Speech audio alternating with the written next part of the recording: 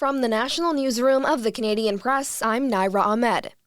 Canadian firefighters are facing increasing levels of violence on duty and are now looking to the federal government to step up legislation.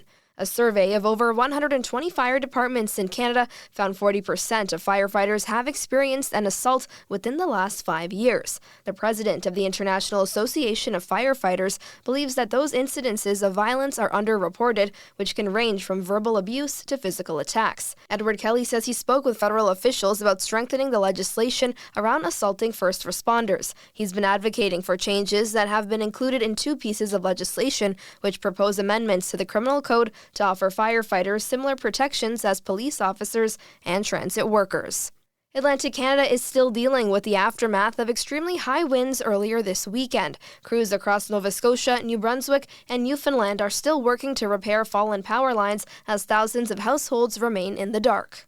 For the first time in history, 4 people born in the 2000s became members of Parliament in the last federal election. 8 months into the job, and the young MPs representing ridings across the country say they're already making a difference. So far, the 4 young MPs have started a Liberal Youth Caucus to address issues like youth mental health, unemployment, and the negative impacts of AI on young people. Rob Westgate, The Canadian Press.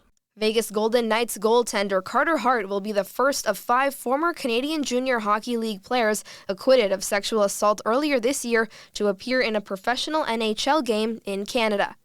The Sherwood Park, Alberta native is set to start for the Golden Knights tonight against the Oilers in Edmonton. Hart, along with forwards Michael McLeod, Alex Formenton, Dylan Dubé, and defenseman Cal Foote were acquitted of sexual assault charges in London, Ontario last July. The 5 pleaded not guilty to charges stemming from a sexual encounter with a woman after a 2018 Hockey Canada gala in London. The trial and subsequent decision amplified the conversation around what constitutes sexual consent. Lisa Laporte, The Canadian Press. The Shaw Festival is taking up a 3-year artistic residency at Toronto's Harbourfront Centre starting next year. The company will continue its operations in the Niagara region, but the partnership will also allow to mount several productions each year at Toronto's Lakeside venue starting in October of 2026.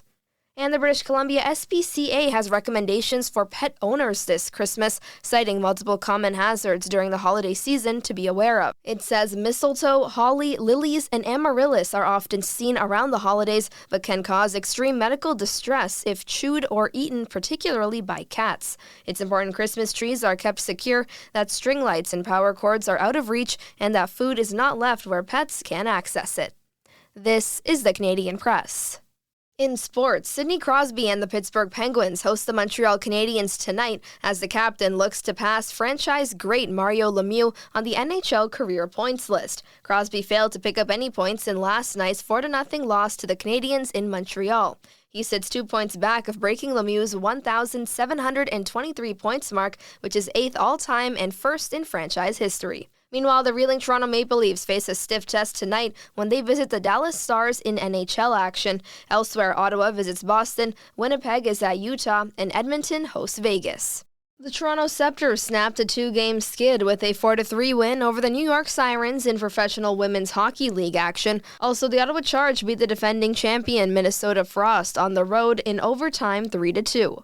And the Toronto Raptors are on the road tonight in Brooklyn to face the Nets in NBA action. Toronto is coming off a 112-96 loss to Boston at home last night. From the Canadian Press, I'm Naira Ahmed. Thanks for listening. Don't forget to follow and subscribe. For more of today's top stories, visit thecanadianpressnews.ca.